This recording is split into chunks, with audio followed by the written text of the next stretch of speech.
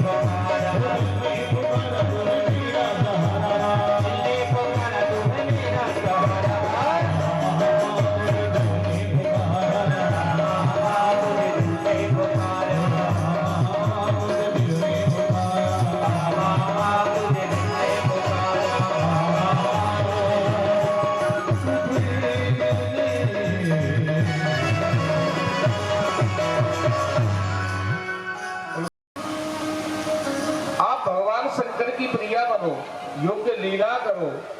हे देवी, ऐसा करने से कैलाश पर्वत पर स्थित भगवान शंकर भी प्रसन्न होंगे, सभी सुखी हो जाएंगे, सबके दुखों का नाश हो जाएगा।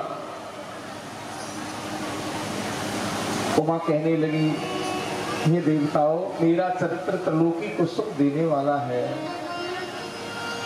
दक्ष के यज्ञ में जो मोह हुआ था वो भी मेरे ही द्वारा हुआ था। मैं अवश्य ही पृथ्वी पर पूर्ण अवतार धारण करूंगी, इसमें बहुत से हेतु हैं। हे देवताओं, मैं तुमसे पहले हिमाचल एवं उनकी पत्नी ने बड़े प्रेम से मेरे सती शरीर में इसने सहित माता पिता के समान सेवा की थी। आज वही यहाँ अवतरित हुए हैं जिनके यहाँ मुझे जन्म लेना है। मैं मैना की कन्या के रूप में जन्म लेकर सभी को सुख करूंगी। ये मेरा गुप्त मत है कि मैं शिव पत्नी बनूंगी।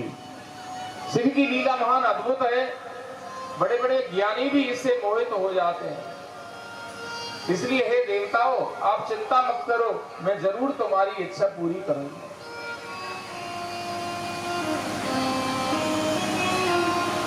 इधर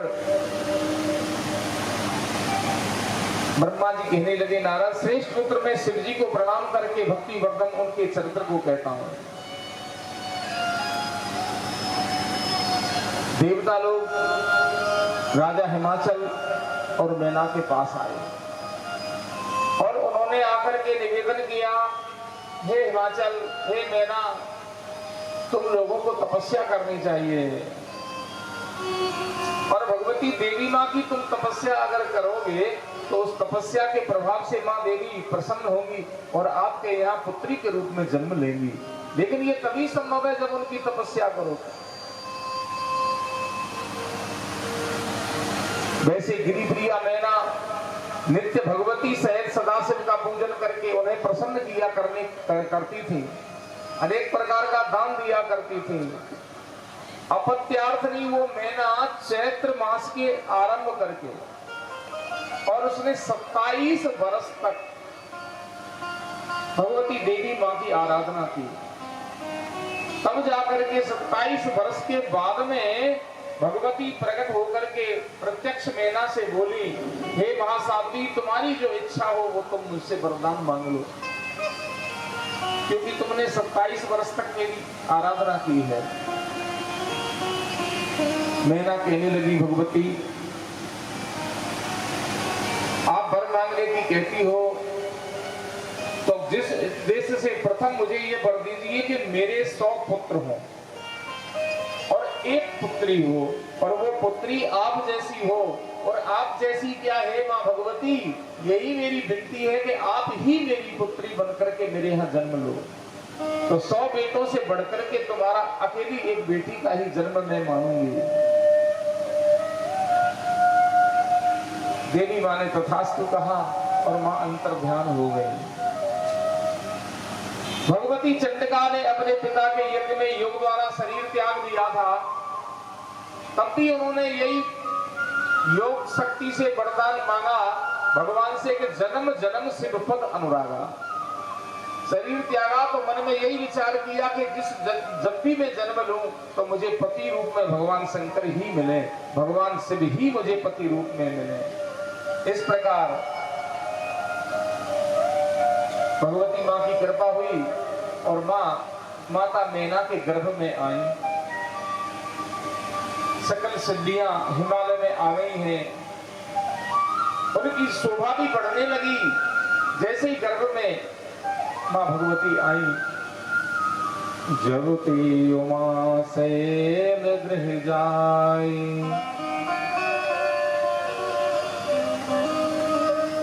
सकल से संपत्ति तहाँ छाई, जह तह मुनि ने सुआश्रम कीने,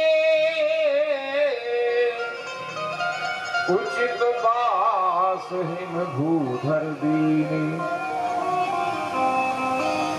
जब से माँ के गर्भ में आई भगवती तो हिमाचल राजा का जो हिमालय है वो जब से उमा सकल संपत्तियों से भरपूर हो गया। ऋषि मुनि भी आकर के वही हिमालय पर अपने आश्रम जमा लिए, वही भगवान की भक्ति करने लगे। सबके लिए हिमालय ने उचित स्थान रहने के लिए दिया। इस प्रकार समय व्यतीत होने लगा, मनोहर वायु बहने लगा। उसी समय आद्या शक्ति स्वयं वहां आकर के बसंत ऋतु चैत्र महीने की नौवीं, जिसको नवरात्रियों के बाद जब नवमी आती है ना, मृगशिरा नक्षत्र में आधी रात को चंद्र मंडल से आने वाली गंगा के समान भगवती पार्वती के रूप में माता मैना के यहाँ प्रकट हुई। बोलो पार्वती मैया की हर हर महादेव। नौवीं तिथि को मैया पार्वती प्रकट हुई है। हिमाचल राजा बड़े प्रसन्न हुए।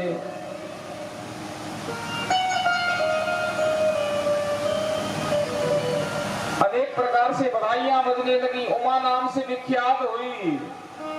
मनोहर बालिका अष्टभुजी देवी की रूप में प्रकट हुई तो हाथ जोड़ के मैना कहने लगी, माते मैं समझ गई तुम आ गई, लेकिन माता को तो जब प्रसन्नता होती है जब बच्चा छोटा होता है और माँ की गोद में खेलता है।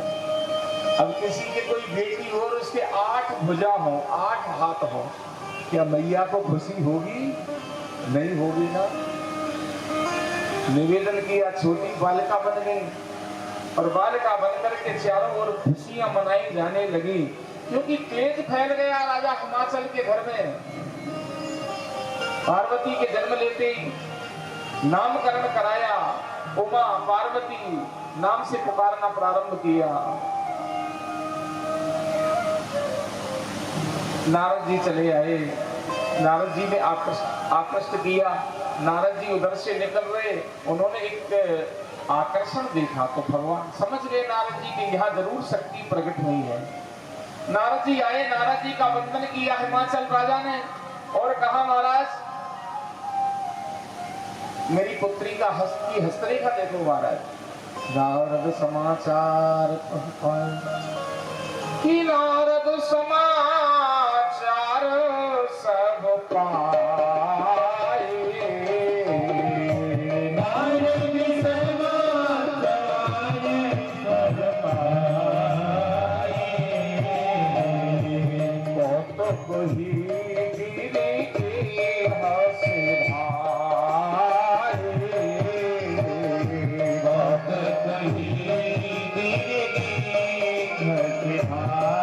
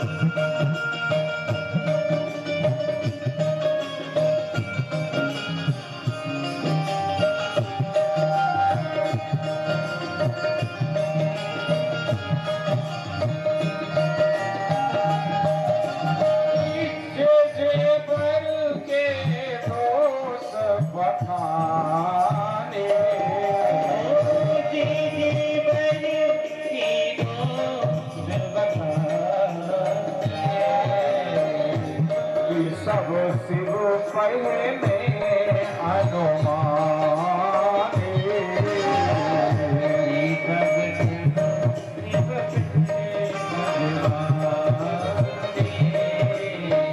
जो विवाह शंकर सन हो, जो विवाह शंकर जन हो, सब गुण सब कहे सब कोई, सब गुण सब कहे सब बोलो शंकर भगवान की जय। हर हर महादेव। हिमाचल राजा ने नारद जी का स्वागत किया। आइए महाराज आइए, बहुत दिनों में मेरी बेटी का जन्म हुआ है। तो बोले महाराज आप मेरी बेटी की हस्तरेखा दीजिए, देखिए। नारद जी ने पार्वती जी की हस्तरेखा देखी। नारद जी बोले राजन पुत्री तो तुम्हारी बड़ी भाग्यशाली है, लेकिन एक रेखा थोड़ी विचित्र है। कौन सी महाराज? बोले इसको जो पति मिलेगा ना वो योगी, माया के आवरण से रहित, गुणहीन, अकामी, जिसके कोई माँ बाप नहीं, ऐसा पति, अमंगल जिसका वेश, जटाजूट धारण करने वाला, ऐसा पति मिलेगा। अब बड़े दुखी हुए हिमाचल राजा और मैना, दोनों दुखी हुए माता पिता, हमारी बेटी को ऐसा पति, अरे हम तो राजा हैं, कोई अच्छा वर देखेंगे। पर नारद जी की बात झूठी नहीं हो सकती। पार्वती मन ही मन छोटी बालिका है पर सुन रही है, वो समझ गई फल जो कह रहे हैं नारद जी वो बिल्कुल सत्य कह रहे हैं।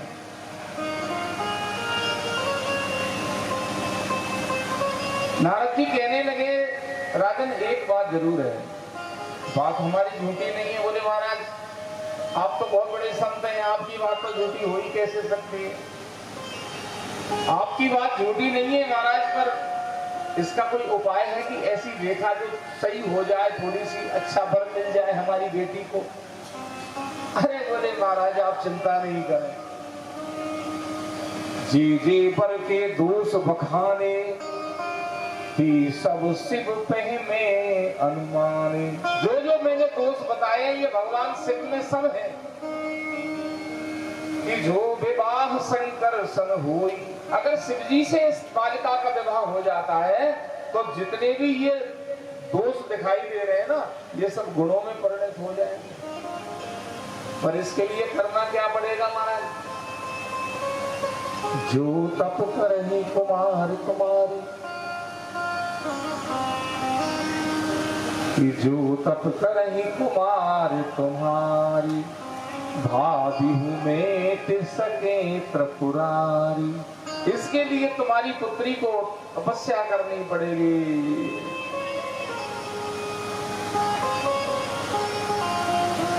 तपस्या करनी पड़ेगी तुमको, तुम्हारी बेटी को तब जाकर के, और समझ लो तुम्हारी बेटी को शिव जी मिलेंगे। ये कहकर के नारद जी तो चले गए। पार्वती जी कहने लगी हे माता मैंने एक स्वप्न देखा है। और वो स्वप्न कैसा देखा है?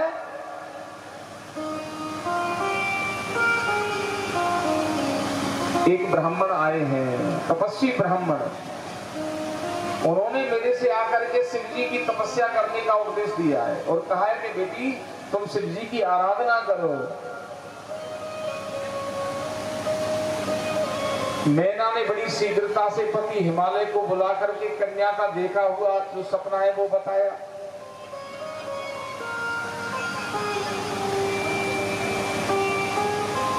ब्राह्मण तपस्या करने के लिए सन्निकट आया है, ऐसा भी मैंने सपना देखा है, और मेरी बेटी भी उनकी तपस्या में उनकी सेवा करने के लिए वहां रह गई, मैंने भी ऐसा सपना देखा है। उधर भगवान शंकर सती के विरह में व्याकुल हुए इधर उधर घूमते गणों के साथ निमित्त हिमालय पर पहुंच गए। उन्होंने वहां तप प्रारंभ कर दिया। भगवान शंकर ने भी तपस्या प्रारंभ कर दी।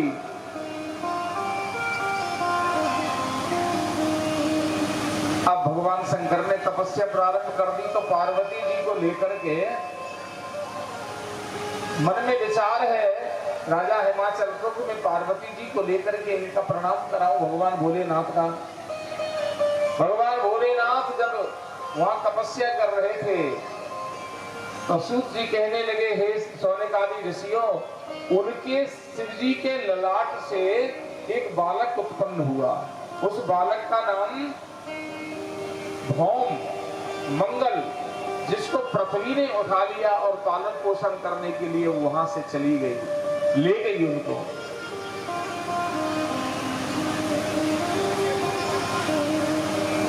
गंगावतरण जहां से होता है हिमालय में, उस स्थान पर भोले बाबा पहुंचे।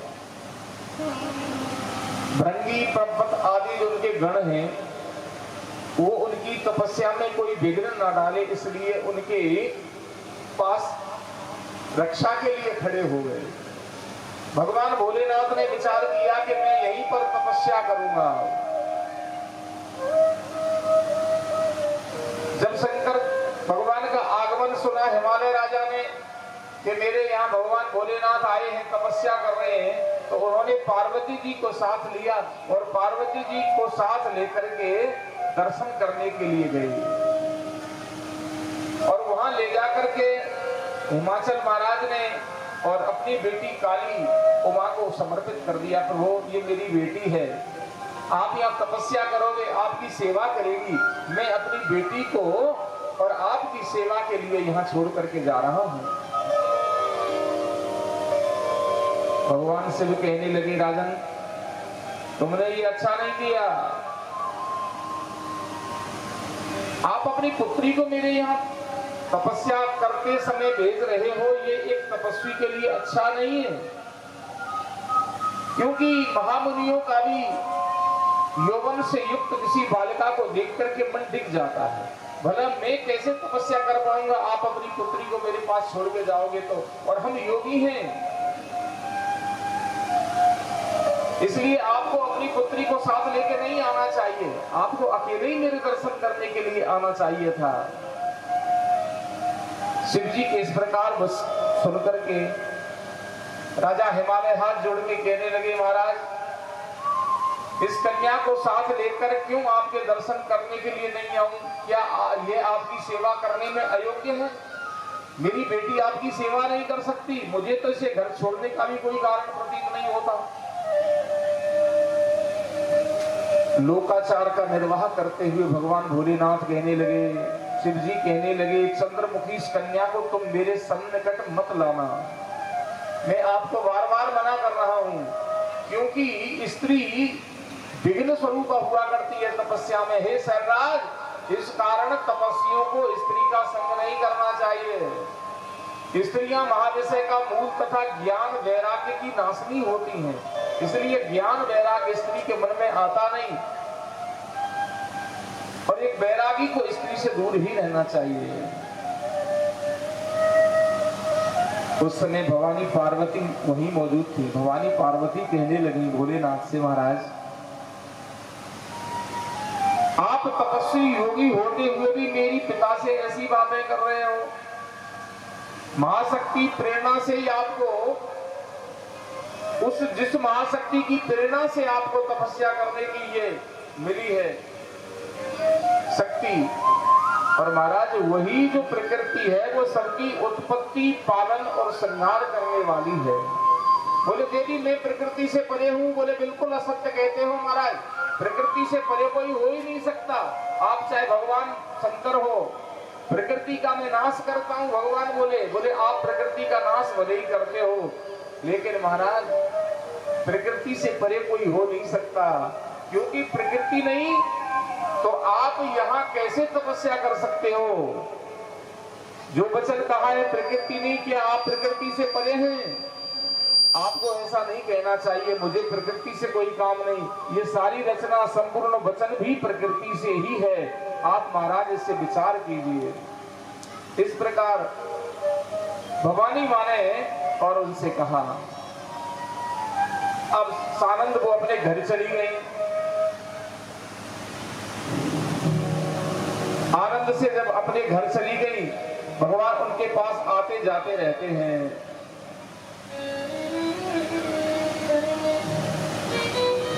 उसी समय तारकासुर नाम का एक असुर, उसकी उत्पत्ति हो गई, और उस तारकासुर की जो मृत्यु है भगवान शंकर के पुत्र के हाथों ही होनी चाहिए, भगवान शिव के अंश से ही होनी चाहिए। इस प्रकार सूत जी कहने लगे हे सेनकालिक ऋषियों, तारकासुर की उत्पत्ति हुई क्योंकि मरीचि नाम से विख्यात कश्यप जी के पुत्र, उनकी बड़ी बेटी दिति का विवाह कश्यप जी के साथ हुआ। तो कश्यप जी के वैसे हिरण्याकश्यप हिरणाक्ष दो बेटे हैं, जिनको भगवान ने नरसिंह अवतार लेकर के और 12 अवतार लेकर के समाप्त किया था। इसमें ही 49 मरुत हुए इनके। दिति ने 1 वर्ष तक तपस्या की थी महाराज कश्यप जी, तब जाकर के एक महापराक्रमी उन्होंने पुत्र की कामना की, तो उसके जो बेटा हुआ वो राक्षस राज वज्रांग कहलाए। उसने अपनी माता की आज्ञा से निशाचरों को पकड़ लिया। वज्रांग की जो पत्नी है वरांगी, वज्रांगता तो भगवान के प्रति स्नेह, लेकिन वरांगी असुर भाव की है, वो देवताओं से द्वेष करती है। उसने तपस्या अपने पति की सेवा की। पति से सेवा करने के बाद जब पति ने कहा कि क्या चाहती हो देवी, आप मेरी पत्नी हो, बोले महाराज मेरे लिए ऐसे 2 पुत्र होने चाहिए जो त्रिलोकी को दुख देने वाले हों, जो इंद्र को भी अपने बस में कर लें, ऐसे पुत्रों का जन्म मेरे यहाँ होना चाहिए। वरांगी से महाराज वज्रांग कहने लगे देवी तुमको ये बात अच्छी नहीं लगती, आखिर वो देवता है, देवताओं से द्वेष करने वाले बेटे का आप क्या क्यों चाहती हो? आपको ऐसा नहीं करना चाहिए, विरोध अच्छा नहीं लगता, क्योंकि नरक की प्राप्ति होगी। अब वो धर्म संकट में पड़ गए, लेकिन फिर भी उन्होंने सोचा कि पत्नी की बात मानना तो ज्यादा जरूरी है। पत्नी की बात मानी और पत्नी की बात मान करके महामायावी पुत्र उनके यहाँ उत्पन्न हुए, जिसका नाम है तारकासुर।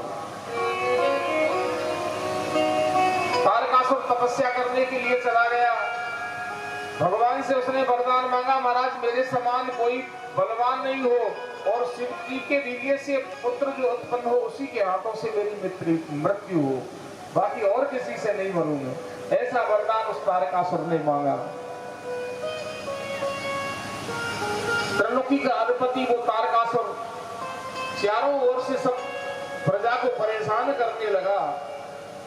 अब तारकासुर की मृत्यु हो तो शिव के अंश से कोई बालक उत्पन्न हो तभी हो। अब शिव के अंश से बालक उत्पन्न तब हो जब भगवान शंकर भोलेनाथ हैं जो विवाह करें, इसलिए भगवान शंकर को विवाह करना बहुत जरूरी।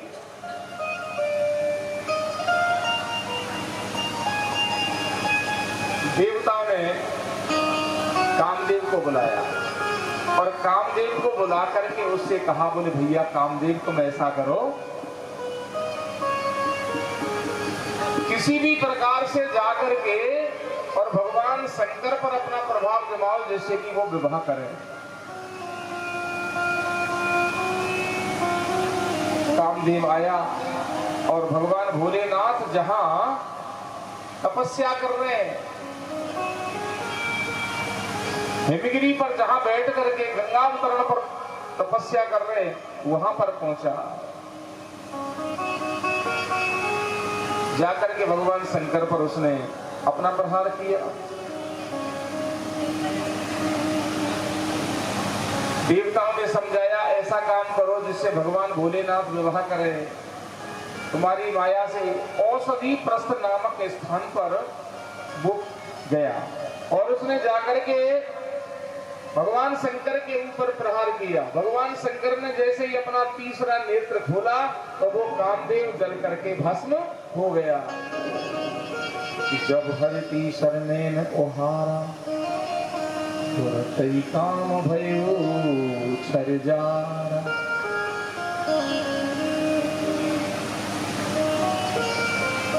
देवता ने आकर के निवेदन भगवान शंकर से किया, बोले प्रभु इसका दोष नहीं है। रति भी रोने लगी, काम की पत्नी। बोले महाराज इस कामदेव का दोष नहीं है, इसको तो हमने ही प्रेरित किया था। और बोले महाराज हमने इसलिए किया कि आप जब तक विवाह नहीं करोगे, आपके अंश से जब तक कोई पुत्र उत्पन्न नहीं होगा, तब तक इस दुष्ट तारकासुर को कौन मारेगा। इसलिए महाराज आप क्षमा करें, इस रति का निवेदन भी सुने।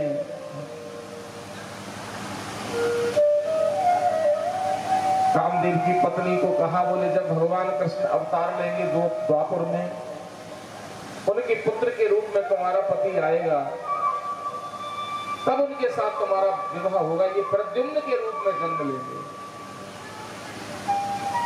और हे देवताओं, तुम जिस कार्य के लिए आए हो तुम्हारा कार्य भी सफल होगा, आप चिंता न करें।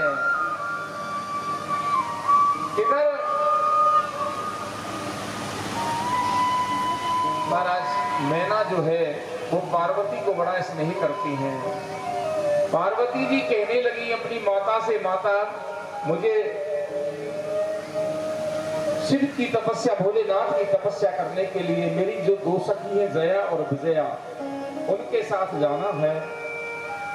ततहि सख्यो समादाय जयाम च विजयाम तथा मातरम पितरम चैवम सखीभ्याम परियप्रक्षत। माता पिता से आज्ञा मांगी तपस्या करने की, लेकिन माता पिता ने तपस्या की आज्ञा नहीं दी। बहुत निवेदन किया, बोले महाराज आप चिंता ना करें, मैं दोनों सखियों के साथ जाऊंगी। तब जाकर के माता पिता ने जब स्वीकृति दी तो अपनी दोनों सखियों को लेकर के बड़ी भारी तपस्या में भगवान शिव के में लीन हो गई। भगवान शंकर से जो प्रेम करता है मेरे भगवान शंकर का ही हो जाता है। बोलो शंकर भगवान की जय। दीवाना बना दिया भोले तेरी।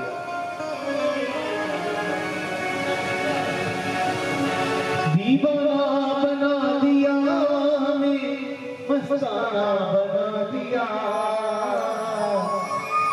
वो दीवाना बना दिया हमें, मस्ताना बना दिया।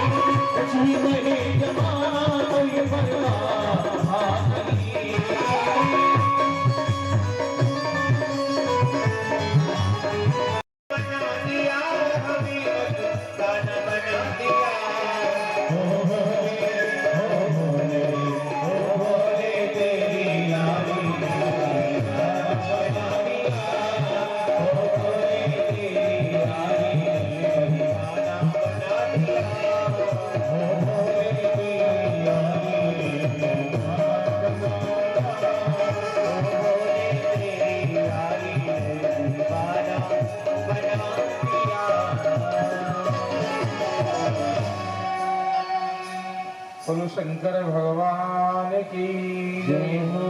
जय जय श्री राधे।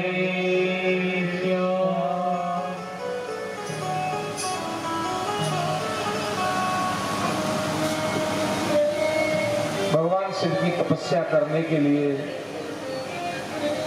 हिमाचल पुत्री पार्वती जब उद्यत हुई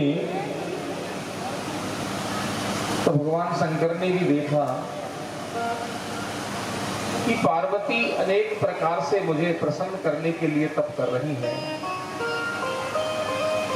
पार्वती के तप से उद्विग्न हुए देवताओं का ब्रह्मलोक में आगमन हुआ। ब्रह्मा विष्णु के आग्रह से शिव का पार्वती के साथ विवाह की स्वीकृति उन्होंने दी।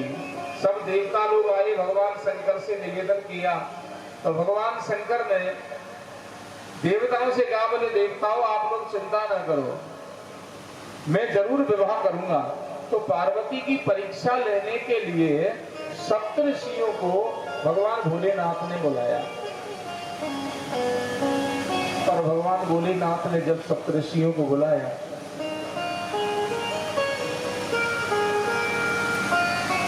सप्तऋषि ने आके हाथ जोड़ के निवेदन किया, महाराज क्या आज्ञा है। भगवान भोलेनाथ बोले तुम पार्वती के पास जाओ, वो तपस्या कर रही है, उनके प्रेम की परीक्षा लो। और उनके प्रेम की परीक्षा ऐसे लेनी है कि कम से कम मुझे पता तो लगे कि पार्वती के मन में मेरे प्रति कितना प्रेम है। मन में प्रेम होगा तो मैं जरूर आगे बढ़ूंगा। चलायमान मन नहीं होना चाहिए। शिव की आज्ञा पाते ही मुनिगण तत्क्षण उस स्थान को गए जहां जगन्माता पर्वतराज पुत्री तपस्या कर रही थी। उन लोगों ने जाकर जहां साक्षात दूसरी तपस्वी के समान दैदीप्यमान पार्वती को वहां देखा। ऋषि गणों ने जाकर के कहा, बेटी तुम कौन हो और ये जो तपस्या कर रही हो किस उद्देश्य से कर रही हो? तुम अपनी आराधना से किस देवता को प्रसन्न करना चाहती हो? वो सब हमको अगर उचित समझे तो बताओ।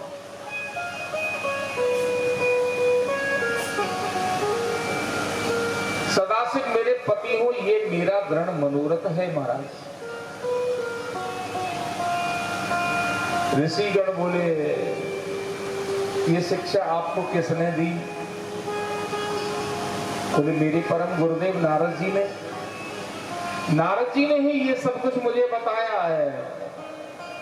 ऋषिगण बोले वाह। नारद कूटवादी च परचित्त प्रमंथका तस्य वार्ता श्रवणतो हानिर्भवति सर्वथा। अरे देवी, नारद तो नंबरी झूठा है, उसकी बात में तुमने विश्वास कर लिया। अरे दक्ष के बेटे तपस्या करने को गए थे, ग्रस्त में आना चाहते थे, उनको बहका दिया और वो बैरागी बना दिए। नारद की बात जिसने मानी वो सब पछताए।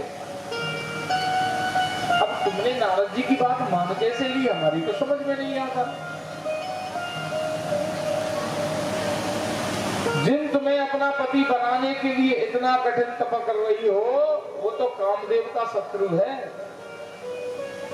जिसकी काम वासना नहीं, स्त्री उससे विवाह करके क्या करेगी? विकारों से रहित हैं, अमंगल वेश धारण करने वाले हैं वो शिव, महानिर्लज्ज हैं। उनका आज तक पता नहीं कौन माँ बाप है, इस बात का पता नहीं। अपनी माया से तुम्हें भगावे में डाल दिया उस नारद ने। ये सब छोड़ दो। तुम्हें बेकार इसमें तपस्या करवाई नारद जी ने, आपको परेशान किया। अत्यंत क्रोधी दक्ष कन्या सती से विवाह किया था भोलेनाथ ने। ज्यादा दिन नहीं चला है उनका संबंध, थोड़े ही दिन, एक छोटी सी बात में सती से नाराज हो गए और छोड़ दिया उनको। इसलिए शिव की तपस्या के लिए तुमने गलत विचार किया। और वो तो आत्माराम में अकल आत्म स्वरूप में रमण करने वाले हैं।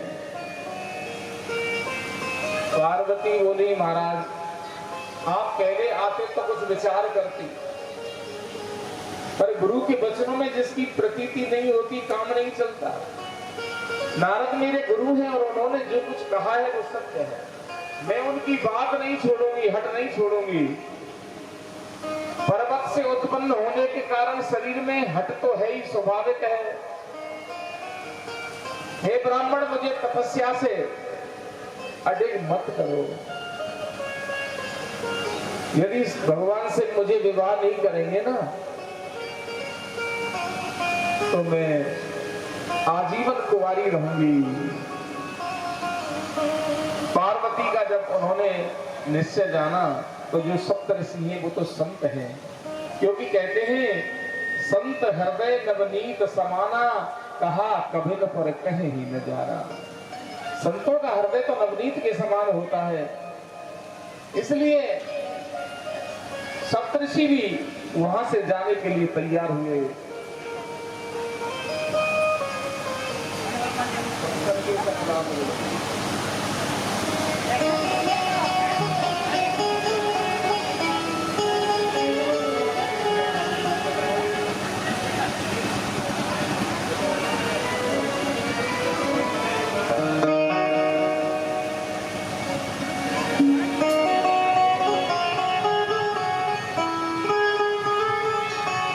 अच्छी बनेगी तेरी बिगड़ी बनेगी, होई तेरा बड़े भाई। अच्छी बनेगी तेरी बिगड़ी बनेगी, अच्छी बनेगी तेरी बिगड़ी बनेगी, होई तेरा बड़ी भागी। मेरी अच्छी बनेगी बन के सजनाग रे, तेरी अच्छी बनेगी।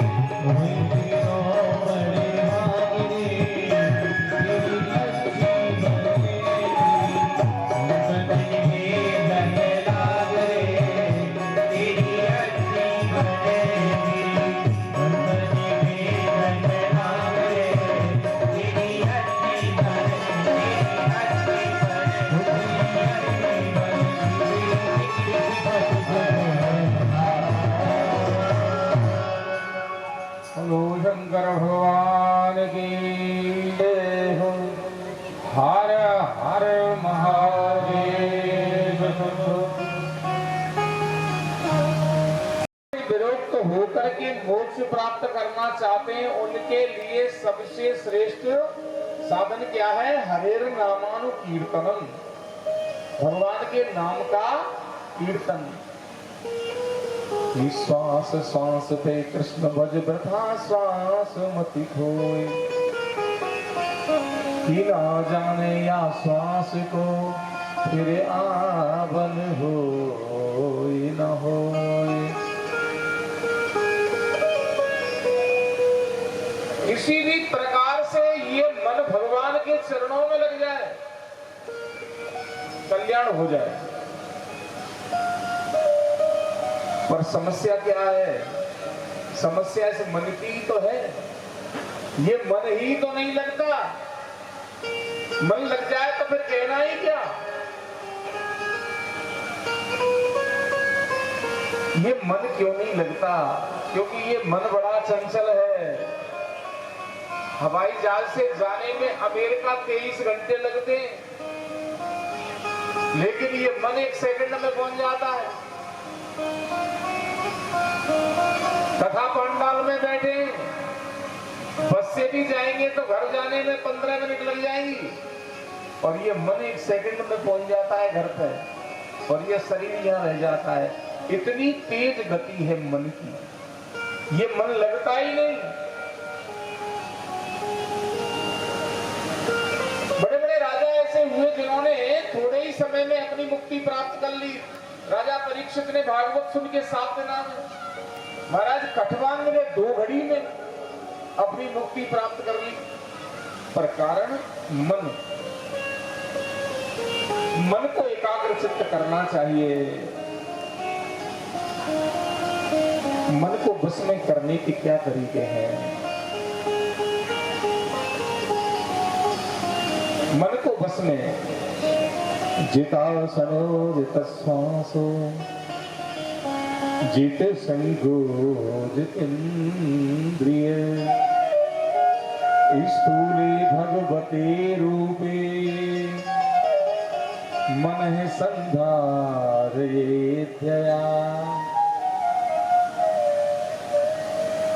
जितासनो, आसन को जीतो। सबसे पहले अगर मन बस में करना है तो क्या करना पड़ेगा?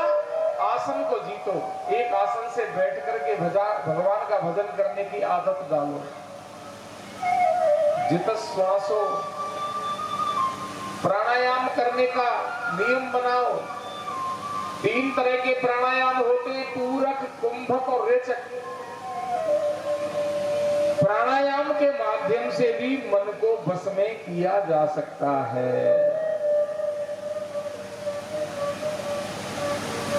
जित सांसो जित इंद्रिय, और इंद्रियों को जीतो। इंद्रियों को जीतना पड़ेगा। विषयों से हटाओ। समय द्वारा ही इंद्रिय निग्रह किया जा सकता है। देखना इंद्रियों के न घोड़े भरे, इनके हरदम ये संयम के कोड़े पड़े। संयम के कोड़ों के द्वारा ही इंद्रियों पर बस में किया जा सकता है, बाकी और कोई तरीका नहीं है।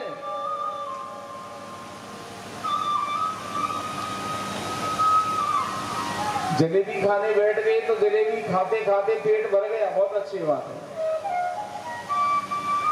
लेकिन भूख लगेगी तो फिर जलेबी की मन में आएगी।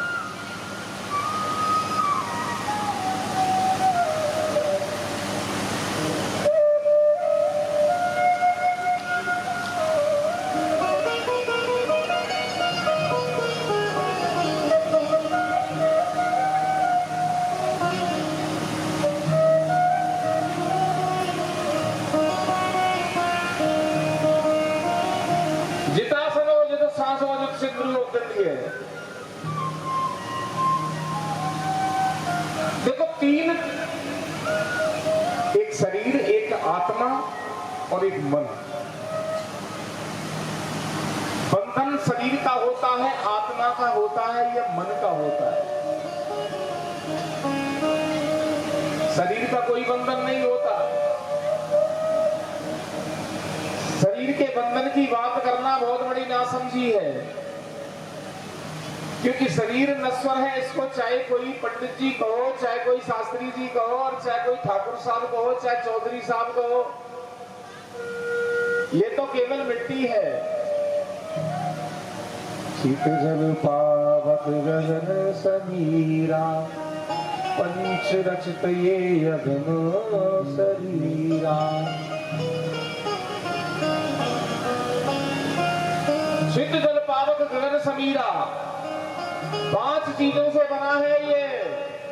मरने के बाद इसकी केवल 3 गति होती है शरीर की। फेंक दोगे तो गीदड़ खा जाएंगे, जमीन में गाड़ दोगे तो कीड़े बन जाएंगे, और जला दोगे तो एक मुट्ठी राख बन जाएगा। इसके अलावा और कुछ नहीं होता। और फिर आत्मा के बंधन की बात करना उससे भी बड़ी नासमझी है, क्योंकि आत्मा तो निर्विकार है, अपरिवर्तनीय है। आत्मा में कभी कोई परिवर्तन नहीं होता। ये तो एक शरीर को छोड़ करके दूसरे शरीर में चली जाती है। बसांस जीर्णान यथा विहाय,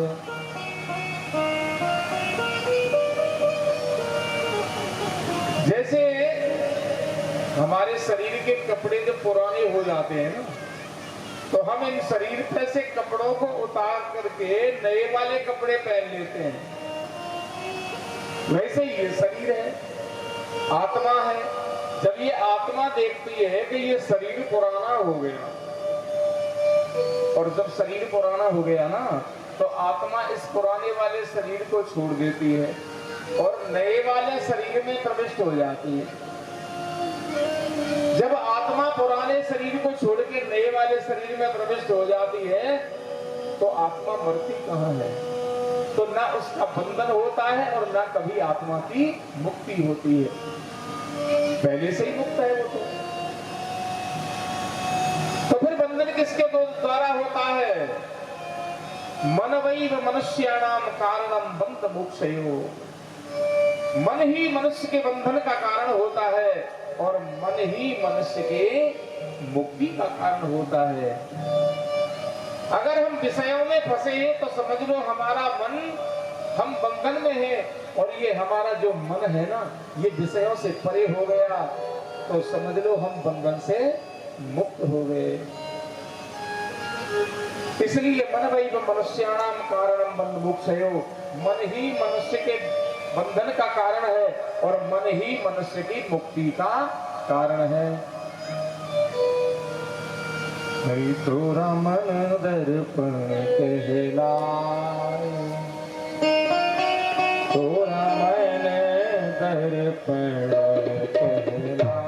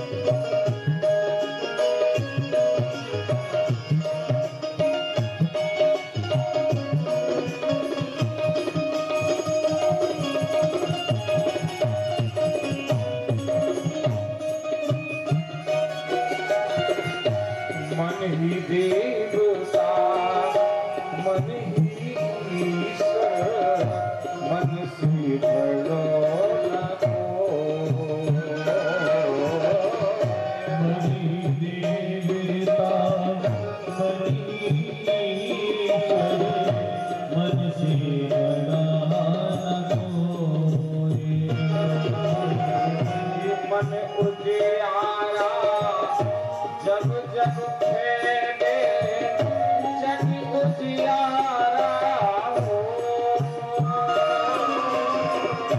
मन उजियारा जब जब खेले जग उजियारा इस उजली दर्पण में प्राणी इस उजली दर्पण में प्राणी धूल नगर में पाए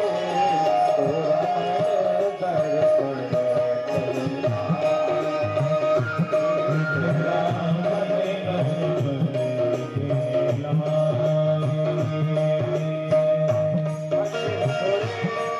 सारे कर्मों को देखे और दिखाए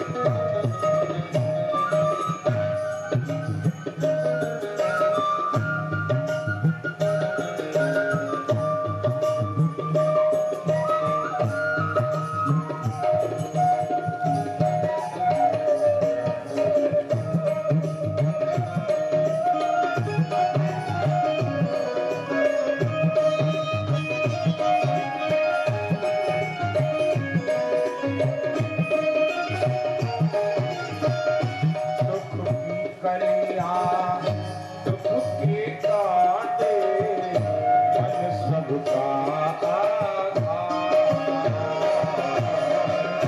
सुख की कलियां दुख के कांटे मन सबका मन से कोई बात छुपे ना मन के नयन हजार मन से कोई बात छुपेगा मन की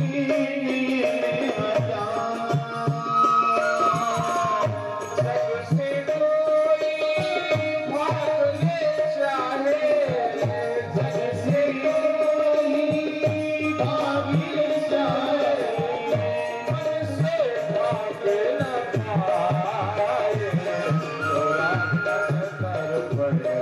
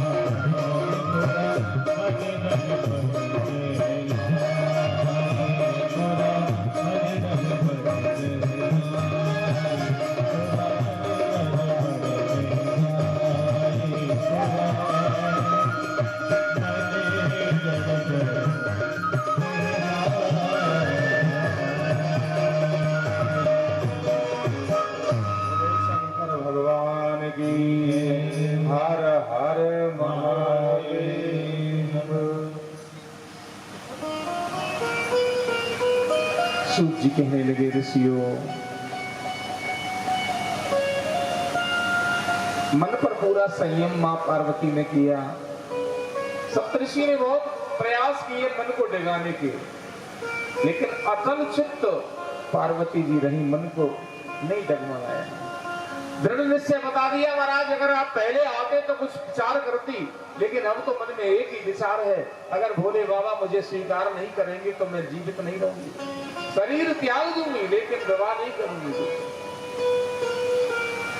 सप्तऋषि गए और जाकर के भोलेनाथ से सारे समाचार सुनाए। महाराज पार्वती जी का दृढ़ निश्चय है, उनके मन में कोई बदलाव नहीं है महाराज, इसलिए आपको विवाह तो पार्वती जी से ही करना है। गते गते सुतेषु मुनिषु स्वं लोकं शंकरः स्वयं परीक्षकं तपो देव्याये शतसूतिकरः प्रभो। मेरे भोले भगवान ने सोचा कि अपन जाके स्वयं ही पार्वती की परीक्षा लेते हैं, इसलिए जटाधारी ब्रह्मचारी का वेश बना करके जिस तपोवन में पार्वती जी तपस्या कर रही हैं उसमें भोले बाबा स्वयं पहुंच गए, जाके जटाधारी ब्रह्मचारी बन गए। पार्वती के सम्मुख पहुंचे, पार्वती जी ने निवेदन किया, ब्रह्मचारी स्वरूप धारण किए, भगवान आप कौन है, कहां से आए हो, आपके आने से ये वन प्रकाशित हो रहा है, आप कोई तेजस्वी संत हो। ब्रह्मचारी वेश में भोले बाबा बोले, देवी आप जो ये कठोर तपस्या कर रही हो किसके लिए कर रही हो, और आपकी तो कोई ये उम्र भी नहीं है तपस्या करने की, अभी अभी नवयौवन आपका उभर रहा है, आपकी उम्र तो विवाह करने की है और आप घोर तपस्या में वैराग्नी बनकर के बैठी हो, तरुण जान पड़ती हो, तीक्ष्ण तपस्या क्यों करती हो देवी। पार्वती बोली, हे विप्र, मैं तो ना तपस्वी नहीं हूं। तो बोले तुम सावित्री हो, लक्ष्मी हो, हैं? कौन हो तुम, सरस्वती हो। पार्वती बोली, नहीं विप्र, हे महाराज, मैं ना सावित्री हूँ, ना लक्ष्मी हूँ, ना सरस्वती हूँ, मैं तो हिमालय की कन्या हूँ, मेरा नाम पार्वती है। पूर्व काल में जब मैं दक्ष की कन्या थी उस समय मेरा नाम सती था। मेरे पिता ने मेरे पति की निंदा की थी, जिसे योग मार्ग द्वारा मैंने अपना शरीर त्याग दिया था, और इस जन्म में मैं राजा हिमाचल के यहाँ उनकी बेटी बनकर के आई हूँ। मैं भगवान शिव को प्राप्त करना चाहती हूँ, किंतु मेरे दुर्भाग्य से कामदेव को भस्म करके मुझसे अंतर ध्यान हो गए। बोले बाबा, कामदेव को भस्म कर दिया, अब मैं उन्हीं की तपस्या कर रही हूँ, उन्हीं को अपना पति बनाना चाहती हूँ। और अब तो मुझे तपस्या करते करते बहुत दिन हो गए, इसलिए हे ब्रह्मचारी ब्राह्मण, अब मैं शरीर को नहीं रखना चाहती, अब तो मैं शरीर को अग्नि में जलाना ही चाहती हूँ। गच्छतम प्रवेशाम्य अग्नौ शिवेनांगीकृतानहि, यत्र यत्र धनुर्लक्षे वरिष्यामि शिवं परम्।